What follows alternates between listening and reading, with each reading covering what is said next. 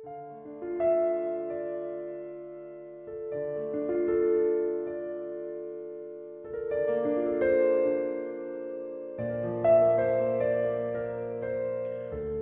to Kabbalah Podcast, the Filipino version, Episode 16, Ang Katawan at Kaluluwa. Ang reincarnation o muling pagsilang ay karaniwang iniisip bilang isang kaganapan kung saan ang isang tao ay nabubuhay at namamatay ng ilang beses. Ngunit ang paniniwala ng muling pagsilang sa ibang pagkakakilanlan ay hindi lamang ang anyo ng reincarnation. Sa Kabbalah, ang isang reincarnation na sa bawat oras nagagawa ka ng hakbang ng espiritual na paglago. Halimbawa, kung itinuwid mo ang iyong sarili ng husto, maaari kang makaranas ng maraming buhay sa loob ng ilang minuto. Sa kabilang banda, kapag nagpatuloy ka ng hindi itinutuwid ang iyong sarili, hindi ka maaaring makaranas ng isang pagkakatawang tao.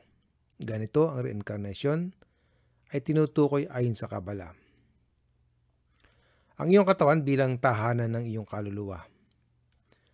Para sa iyong kaluluwa, kinikilala ng Kabbalah na ang mga tao sa pamamagitan ng espiritual na mga katangian.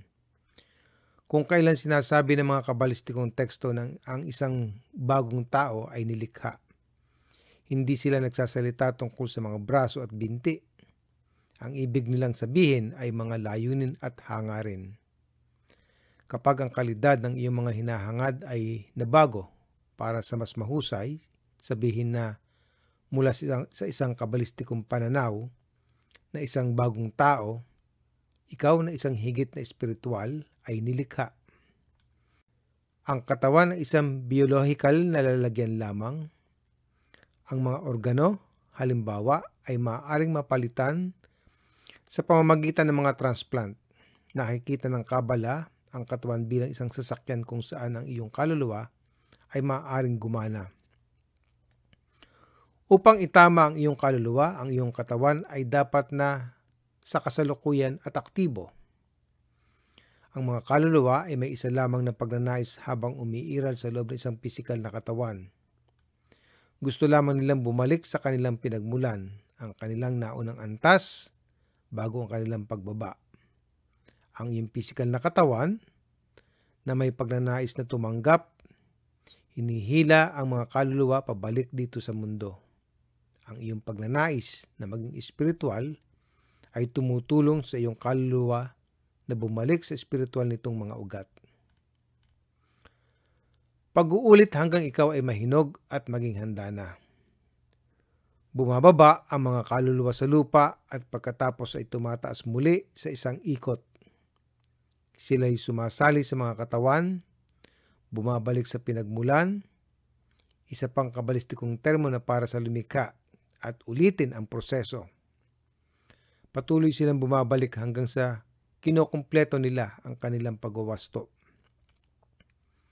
Nakakaranas ka ng maraming pagkakatawang tao o mga bagong kaluluwa sa ilang mga paraan. Ito ay maaaring sa pamamagitan ng isang nakakabagabag na karanasan na gumagawa sa iyo na maging handang tanungin ang iyong layunin o humanap ng mga bagong sagot. Maaari ito'y sa pamamagitan ng pag-aaral ng Kabbalah.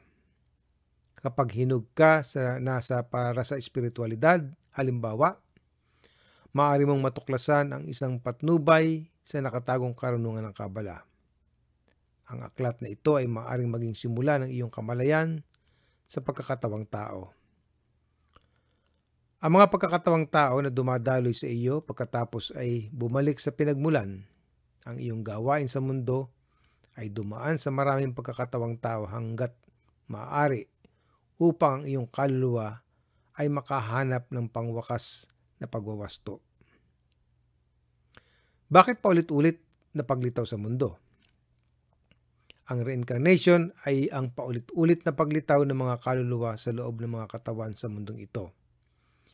Ito ay nangyayari hanggang ang bawat kaluluwa ay maabot nito ang individual na pagtatapos ng pagwawasto.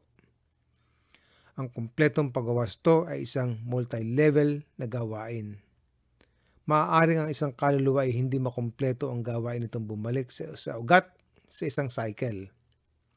Sa susunod na entrada nito, dahil sa pag-unlad na maaaring nagawa mo, ito ay muling nagkakatawang tao sa espiritual na landas. Nais ng lumikha na mapuno ka ng espiritual na kasiyahan upang maging kumpleto. Ito ay posible lamang sa pamamagitan ng malaking pagnanais. Tanging na may naiwasto o naitama na pagnanais na maabot mo ang espiritual na mundo. Natukoy na natin na ang isang pagnanais ay itinuturing na naiwasto lamang kapag ito ay may tamang intensyon. Ito ay hindi automatiko. Ang tamang hangarin ay nakukuha sa pamamagitan ng pag-aaral. Ito ay isang proseso at hindi isang agarang pagsasaayos. Ngayon, bilang paalala, ang mismong pag-aaral ay hindi sapat upang makarating ka sa espiritualidad.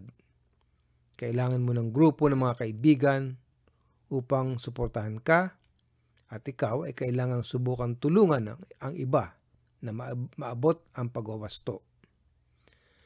Ang ganitong pakikipagbigkis sa kanilang pagnanais para sa espiritualidad, ang punto sa puso, kahit na sila'y wala pa ring malay. Ang binhi ng kaluluwa. Ang layunin ng pagwawasto ng iyong kaluluwa ay higit pa sa para dito sa sariling pangangailangan. Ang larawan ay mas malaki. Ang pagwawasto ng iyong kaluluwa ay nakakaapekto sa lahat ng mga kaluluwa dahil ang lahat ng mga kaluluwa ay konektado. Kung kailan una kang dumating sa mundong ito, ang iyong kaluluwa ay tinatawag na isang punto. Alalahanin na lahat ng tayo ay bahagi ng isang espiritual na daluyan o kli na tinatawag na Adam Harisyon, ang unang tao. Alalahanin din ang kaluluwa ni Adam Harisyon ay nahati sa 600,000 mga kaluluwa na bumaba sa mundong ito. Ang mundong ito ay sumasakop sa isang malaking bilang ng mga katawan. Bawat isa ay may sarili nitong kaluluwa.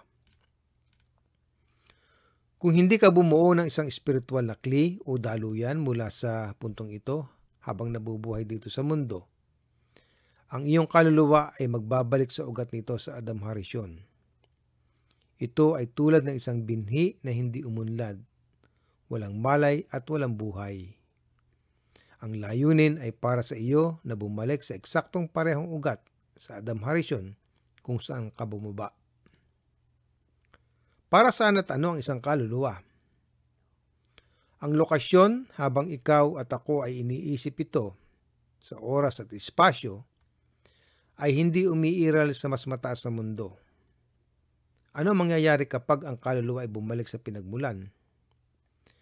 Sa katunayan, bumabalik ang kaluluwa sa ugat nito sa Adam Harisyon.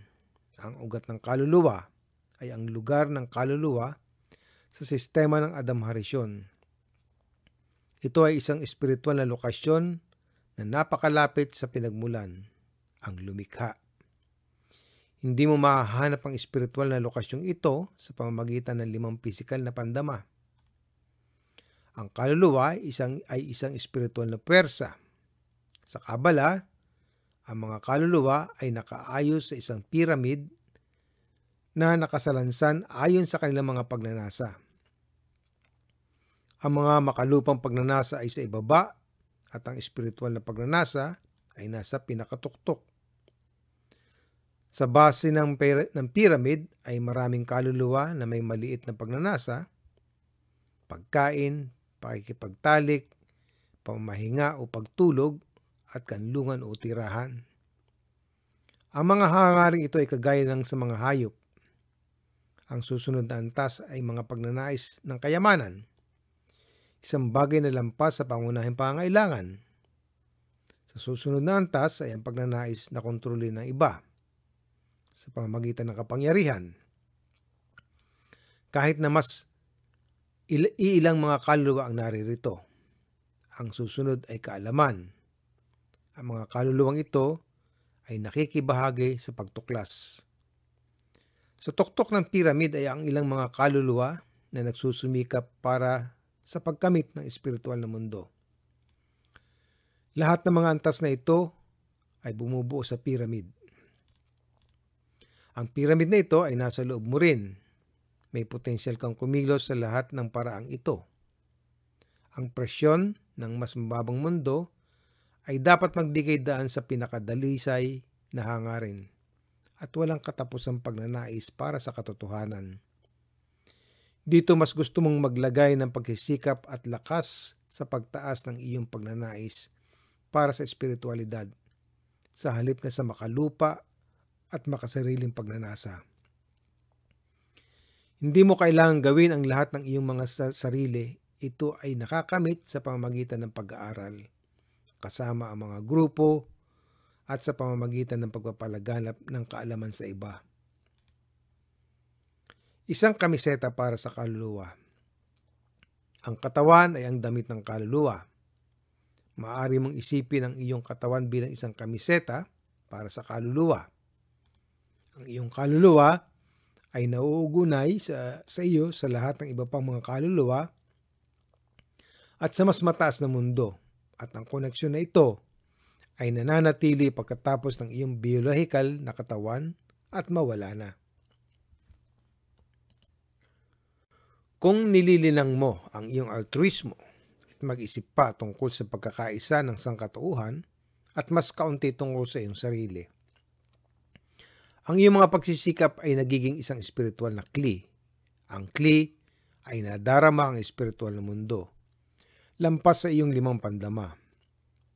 Nararamdaman mo ang mas mataas na persa sa iyong kaluluwa at hindi sa katawan mo. Sa ating mundo, walang mga bagong kaluluwa sa paraan ng pag-renew ng mga katawan, ngunit isang tiyak na dami ng mga kaluluwang nagkakatawang tao sa gulong ng pagbabago ng anyo. Dahil sa tuwing nagbibihis sila ng bagong katawan at isang bagong henerasyon sa makatuwid tungkol sa mga kaluluwa, lahat ng henerasyon mula sa simula ng paglikha hanggang sa katapusan ng pagtutuwid ay bilang isang henerasyon na nagpahaba ng buhay nito sa ilang libong taon hanggang sa umunlad at naging itinutuwid ayon sa nararapat at ang katotohanan sa samantala. Ang bawat isa ay nagbago ng katawan ilang libong beses ay ganap na walang kaugnayan dahil ang kakanyahan ng sarili ng katawan ay tinatawag na ang kaluluwa at hindi nagdusa sa lahat ng mga pagbabagong ito. Ito ay mula sa panulat ni Balusalam na may pamagat na The Peace. Kapag ang espiritual na pag-unawa ay naabot, hindi mo nararamdaman ang pisikal na buhay at kamatayan.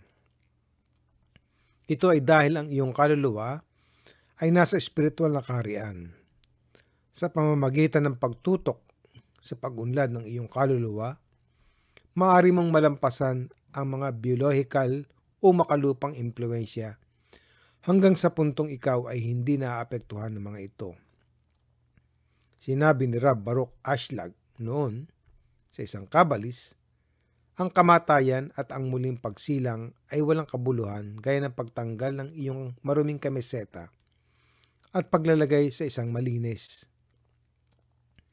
Noong ang kanyang ama, si Rab Yehuda Ashlag, ay tinanong kung saan niya gustong ilibing, bumulong siya sa tahasang pagwawalang bahala.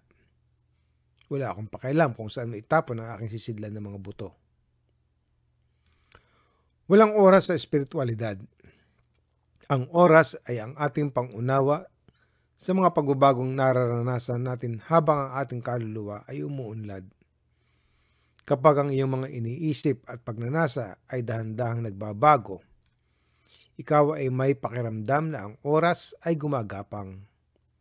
Kapag mabilis silang nagbago, nararamdaman mo ang oras na iyon ay lumilipad. Nararamdaman lamang ang oras kapag nakararanas tayo ng pagbabago. Kapag ang iyong mga espiritual na kawalan ay napuno, walang mga pagbabago.